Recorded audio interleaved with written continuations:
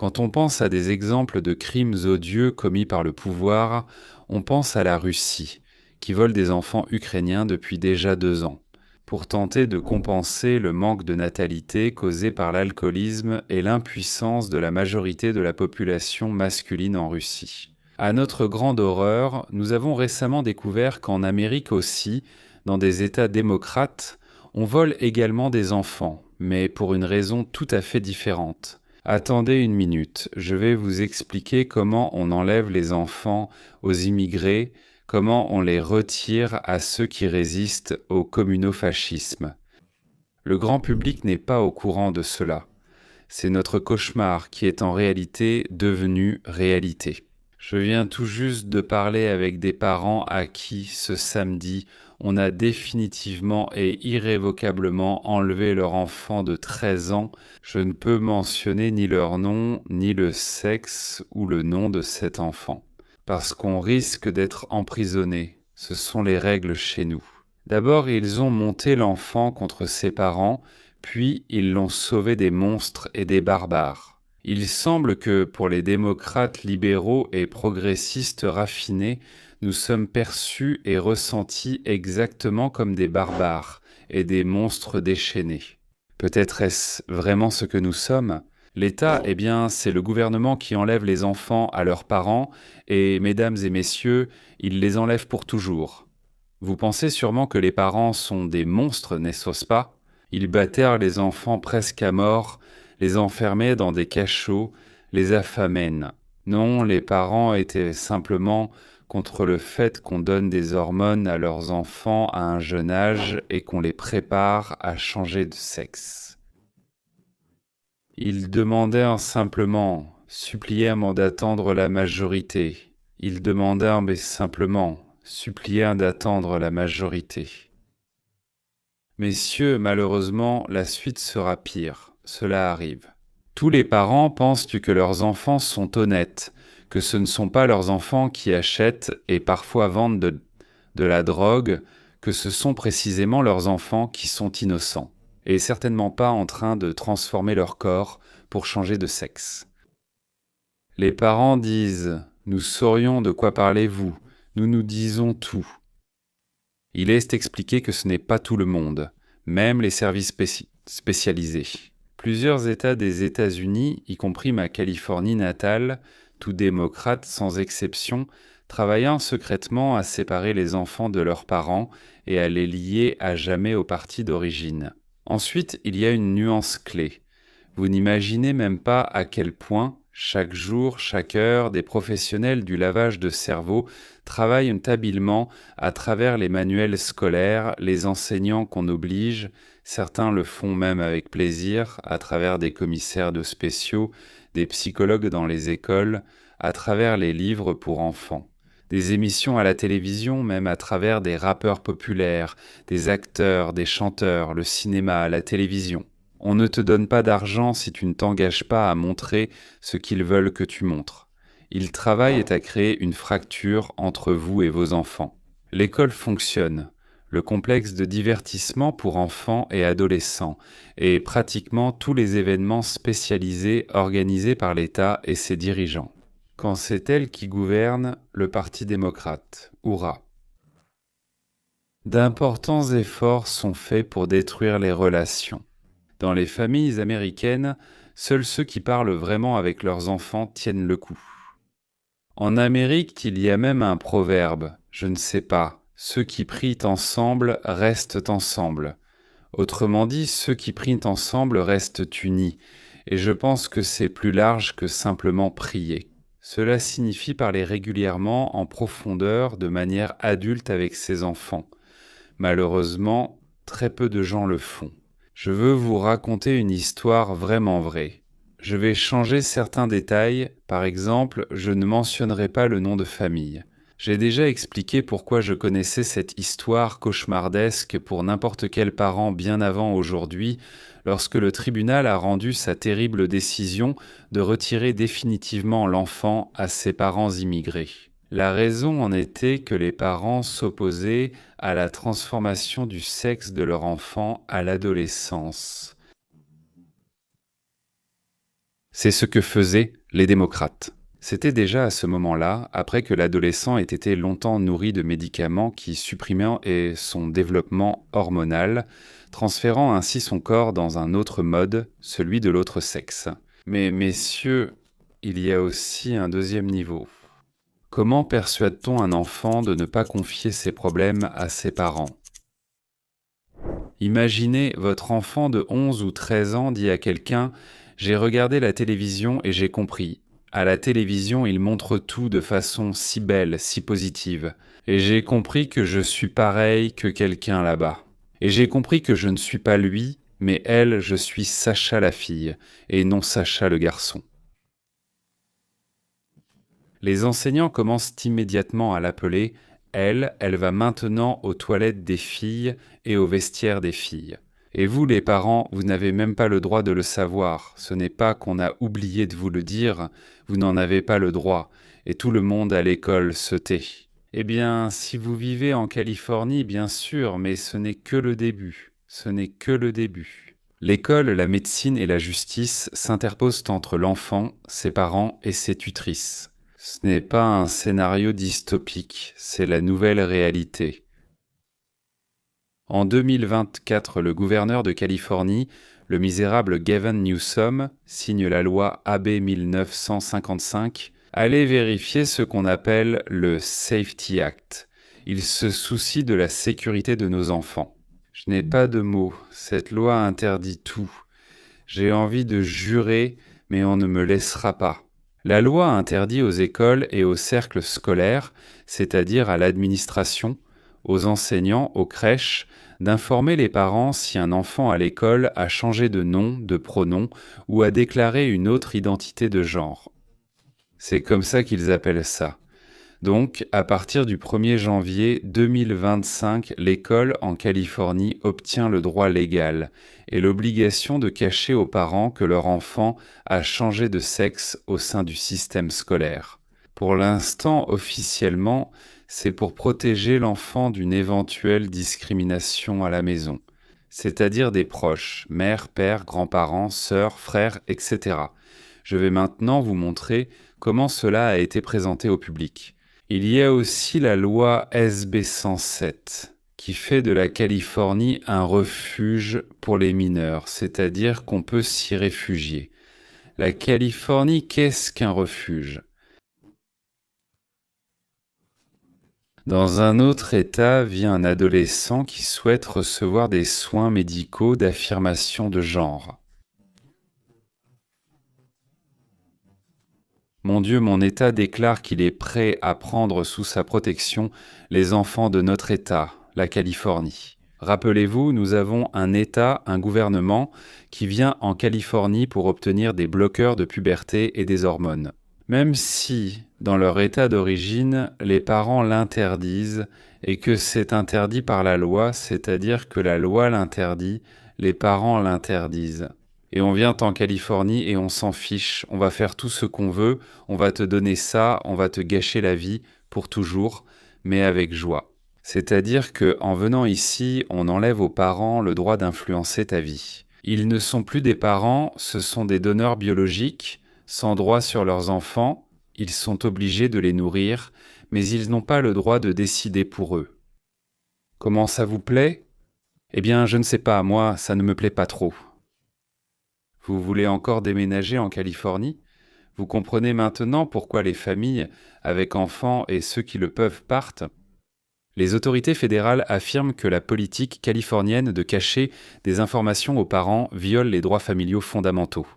Le processus est déjà en cours. Messieurs, chaque État a ses propres règles. Alors vas-y, change-les. Notre héros, Sacha, fait son premier pas pour s'éloigner de sa famille. Notre héros, Sacha, 13 ans. Une famille ordinaire en Californie, parents venus du RSS, travaillant, avec un prêt immobilier et l'espoir d'une bonne école dans un quartier progressiste. Des migrants occupés, fatigués, faisant leur premier pas dans un nouveau monde, et les communaux-fascistes sont déjà sur le seuil de leur maison, de leur famille. Sur TikTok, Reddit et pendant les cours d'apprentissage socio-émotionnel, sociaux. Sacha a souvent entendu que le genre est un spectre. Et ton corps a peut-être fait une erreur et t'a placé dans le mauvais, c'est-à-dire, enfin, dans le mauvais corps, oui, quelque chose a pu se tromper, je veux dire, et t'a placé dans le mauvais corps. Ce qu'il faut corriger, c'est d'être soi-même, et on peut le faire, et il faut le faire pour ton bonheur, sinon tu ne seras jamais heureux. Ceux qui doutent sont toxiques et négatifs, même s'il s'agit de tes parents.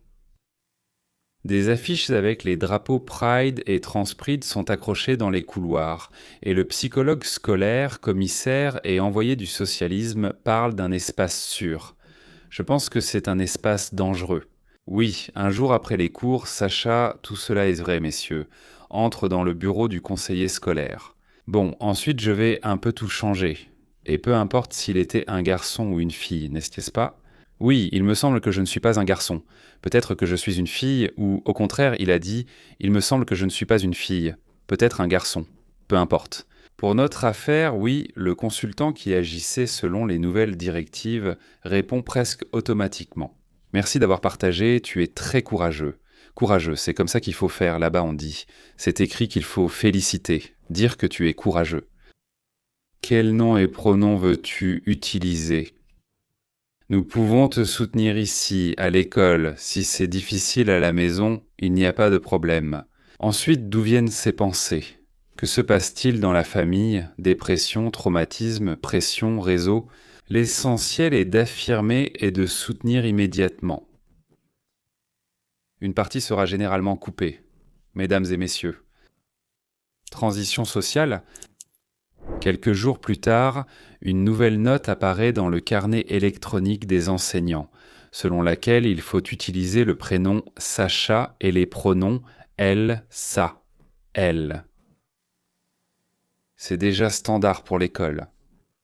C'est parti, tout s'enchaîne. Les enseignants comprennent clairement qu'il faut faire ainsi, qu'il faut en discuter avec les parents, mais qu'il est interdit de révéler le secret. Cela pourrait être considéré comme une violation des droits de l'enfant. Oui, la confidentialité, je ne sais comment le dire. Même leur comportement dangereux. Si l'on suppose que les parents ou les camarades de classe qui ne comprennent pas, voyant que les enseignants commencent à s'adresser à Sacha comme à une fille. Dans les listes et documents internes, le prénom et même le sexe changent. On lui permet d'utiliser les toilettes neutres ou féminines, et après les cours, Sacha est invité au club GSA, Gender Sexuality Alliance, c'est-à-dire l'alliance des genres et des sexualités. Je ne sais pas, oui. Là-bas, des adolescents plus âgés et des militants racontent comment des parents conservateurs ont gâché leur vie. La vraie famille, c'est cette communauté qui t'accepte. Le message est simple.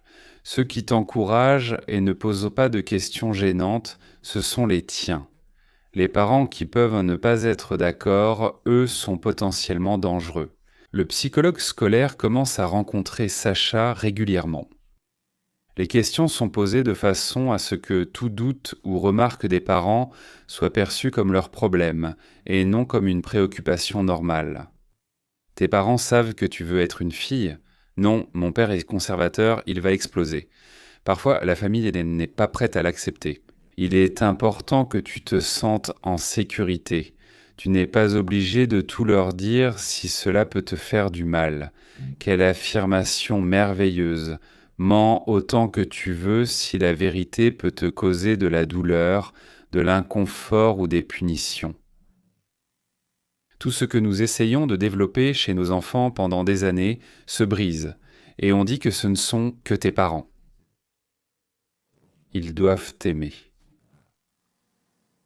Et en ne reconnaissant pas ta nouvelle identité, ils montrent qu'en réalité, ils te détestent, et qu'ils n'ont pas cet amour parental normal. Attends, essayons de comprendre. On appose des étiquettes de toxicité, de contrôle, de violence. Là où les 10 commandements disaient « Honore ton père et ta mère », la nouvelle morale dit « Pose des limites, coupe les liens toxiques, coupe les liens malsains. Sois fidèle avant tout à toi-même et à tes propres ressentis, pas à ta famille. » L'école, qui devrait être l'allié de la famille, se retrouve en fait à jouer le rôle de médiateur dans la séparation. L'enfant fait de plus en plus confiance aux étrangers et de moins en moins aux siens. Thérapeute de genre. Lors d'une réunion du club scolaire, Sacha reçoit une brochure d'une clinique locale spécialisée dans l'aide affirmative de genre pour les jeunes. Sur la brochure, il y a la promesse d'aider à devenir soi-même et une équipe de spécialistes prête à soutenir. L'assistant social ou le conseiller scolaire dit « Nous pouvons t'aider à prendre rendez-vous, ce n'est qu'une consultation, ce n'est pas un traitement ». En Californie, les adolescents ont le droit d'accéder à certains types de soins médicaux, même si leurs parents ne sont pas d'accord. L'essentiel, c'est ton bien-être. Ils sont là pour ça, surtout dans notre histoire. Le père Sacha apprend tout par hasard, via un message dans le chat de l'école, une feuille tombée, une brochure vue par hasard. Sacha, c'est quoi cette clinique? C'est quoi ça? C'est elle? Lui? Pourquoi à l'école on t'appelle par un autre prénom? L'enfant explose. Tu veux que je redevienne celui que je ne suis pas? On lui a déjà fait croire qu'il n'est pas celui qu'il est, vraiment. Pour les parents, c'est un choc. Ils découvrent qu'un processus a déjà commencé derrière leur dos, changement de prénom et de pronom à l'école. Psychologue, club, première consultation médicale. Tout cela se passait en secret, sous couvert de la loi sur le droit de l'enfant à ceci, le droit de l'enfant à cela. Ils vont à l'école. Nos parents exigent l'arrêt de cette expérience sociale, et l'école répond officiellement « Nous sommes obligés de respecter l'identité de genre de l'élève ».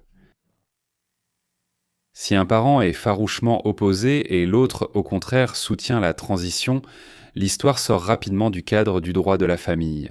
Les avocats spécialisés dans la garde d'enfants en Californie écrivent déjà que les tribunaux examinent quel parent valide le genre de l'enfant, lequel le nie, et ils incluent en cela dans les critères de santé, de sécurité et de bien-être de l'enfant. Tribunal de la famille de Californie. D'un côté, le parent dit « Je n'ai rien contre si mon fils est gay ». Mais je suis contre les interventions irréversibles à 14 ans, à 13 ans, à 15 ans, et contre le fait que les écoles ou les médecins fassent cela dans mon dos. De l'autre côté, il y a l'avocat qui se réfère aux experts en soins d'affirmation de genre, aux études sur le risque de dépression et de suicide, ainsi qu'à la toute nouvelle politique californienne où l'affirmation est devenue la norme de traitement. L'expert dit au tribunal que si on interdit à Sacha l'accès à l'aide d'affirmation de genre, on augmente le risque de dépression sévère et de comportement suicidaire. Messieurs, en conséquence, le tribunal peut confier la prise de décision médicale aux parents soutenants. Celui qui a dit « ben d'accord ». Modifier l'ordre de garde et, en dernier recours, limiter fortement les contacts avec le parent non affirmatif si le tribunal estime que cela nuit au bien-être émotionnel de l'enfant. Mais qui a dit que c'était le bien-être dans l'histoire qui s'est passée juste à côté de chez nous, en Californie? Le père de Sacha est debout dans une pièce vide, séparé de son adolescent par un mur déjà érigé. Des recommandations médicales, des avis juridiques, de la rhétorique militante, et l'enfant déteste déjà ses parents, et quand il ou elle comprendra quelle terrible erreur il a commise, il les détestera encore plus. Cette histoire est un portrait collectif de la façon dont l'école, la médecine et la justice interagissent aujourd'hui en Californie. Lorsqu'un enfant de 11 ou 13 ans, on lui dit « Et si tu n'étais pas né du bon sexe ?» La possibilité d'un tel schéma est déjà intégrée au système. Elle fonctionne déjà et reste simple. Les lois favorisent les secrets envers les parents à l'école. Les tribunaux voient le désaccord sur la transition de genre comme un risque pour l'enfant. Une infrastructure d'activistes a été créée qui considère toute identité revendiquée par un adolescent comme un signal pour l'affirmer lentement et le protéger de qui? De sa propre famille. Aujourd'hui, c'est Sacha de Californie. La question est ailleurs. Combien d'autres États, pays et systèmes sont prêts à réécrire le rôle des parents de telle sorte que toute personne qui dit « ne nous précipitons pas » devienne automatiquement l'ennemi de son propre enfant? En un quart de siècle, 3678 enfants de moins de 18 ans ont été transférés d'un sexe à l'autre. Je soupçonne fortement que la vie de 3678 enfants a été brisée. Le mal est fait, un schéma de comportement a été créé au fil des années, les enseignants sont terrifiés, les psychologues et les conseillers sont formés. Ce que je vous ai raconté, c'est la réalité. Et ce que les politiciens disent ou écrivent dans des lois incompréhensibles pour les non-spécialistes, il n'est pas question de rester tranquillement dans un coin et de regarder comment on détruit le bonheur et l'avenir de leur enfant.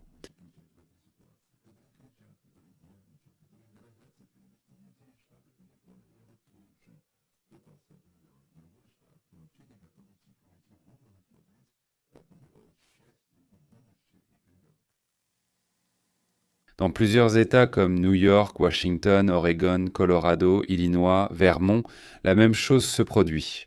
Le temps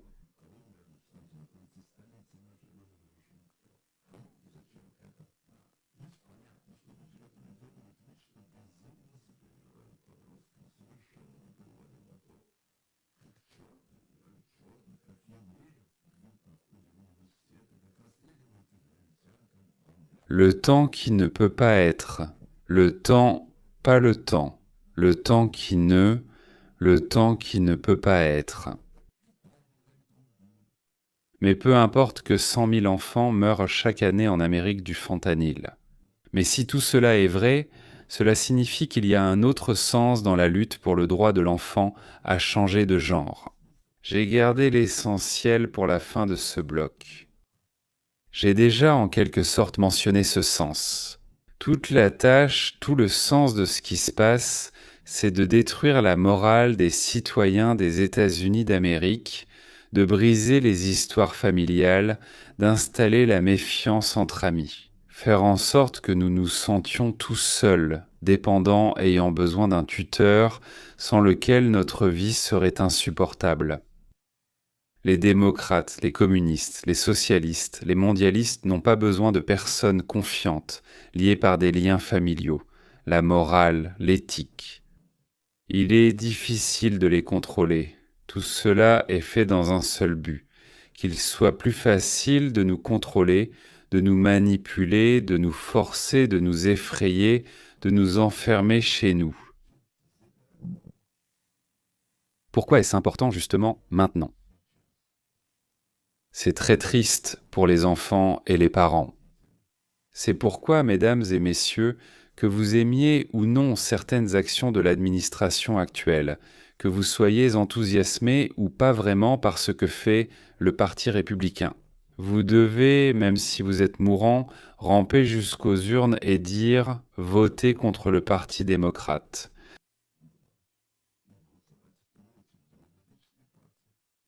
Qui existe uniquement pour nous détruire, vous et moi, notre famille, notre vie, notre avenir.